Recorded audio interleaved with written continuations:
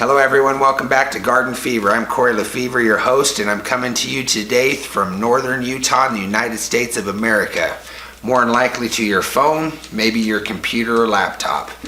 Anyway, you're on YouTube and you're checking out my garden videos, so I appreciate you being here.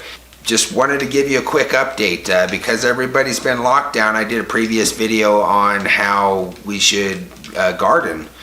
I've always thought this anyway to be more self-sustaining. I mean, you can't do everything in your house. You do have to rely on other things, but you can grow a lot of your own food and a lot of other things that you can do in your own backyard. You don't necessarily have to go to the store. So anyway, I just wanted to give a quick update because I wanted to solve a problem that a lot of people have when they first begin gardening or they first start out. A lot of seasoned gardeners may know this, but this is a little bit more of a novice tip, but I'm surprised with how many people I talk to actually don't know this.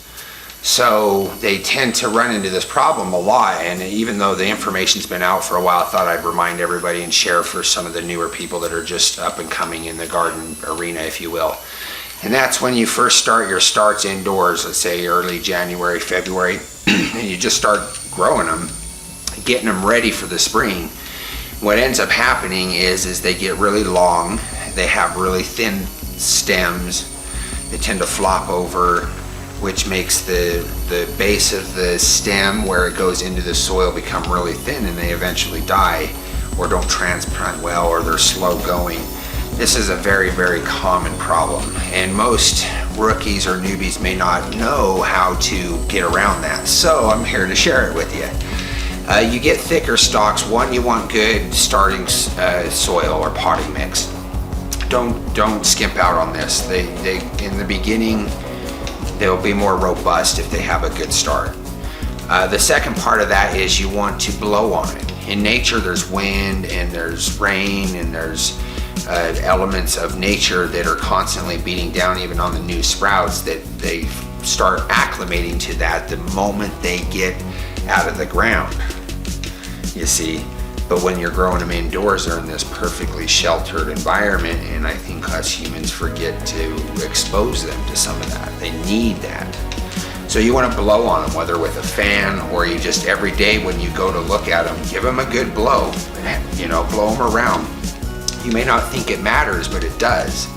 They also get really long when they're reaching for the light. When they see the light over here, or it's way up on the ceiling, they want to reach for it or they want to move towards it. So the combination of the two is usually the end result that I was talking about. So when you start your starts, if you can, put your grow light indoors really close to it. You don't want them to have to exert to reach the light. You want it there the moment they poke out of the soil or the potting mix, and then you kind of raise it as they go if you can. If not, you start them in a windowsill, where a really bright windowsill, the brightest spot that you can, and try and move them around so they're not necessarily reaching for the light. And then you got to harden them off. When you start thinking about taking them outside, you want to slowly get them used to the environment outside. And that, between the combination of everything I told you, you'll get thicker stems, you'll get more robust seedling and starts.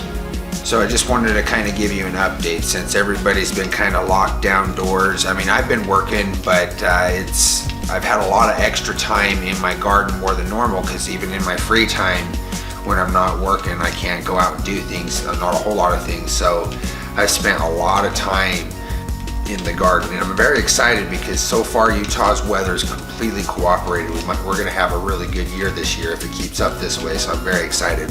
We got tomatoes, we've got lettuce, we've got kale, we've got all kinds of leafy greens, peas, we've got watermelon, cantaloupe, zucchini, cucumbers. We got all kinds of things coming up. So anyway, I'm just giving you some shots of general work through the garden. There's a lot of weeding going on because the weather's just been so good. Everything's just bursting with life, and it's kind of hard to keep the weeds down. But that being said, I just planted corn today. I've had tomatoes since the very end of April, which is rare in Utah. Usually we don't even plant until the first week of May. So we're doing really good. I'm excited. I've already got a few tomatoes growing. They're not ready yet, but they're growing. They're showing on the vine. So my biggest tomato plant being up to my waist, I'm really happy. Anyway, we're plugging along here in northern Utah. Hope you enjoy the shot of the garden work and enjoy the tips. Please hit that like, share, and subscribe button.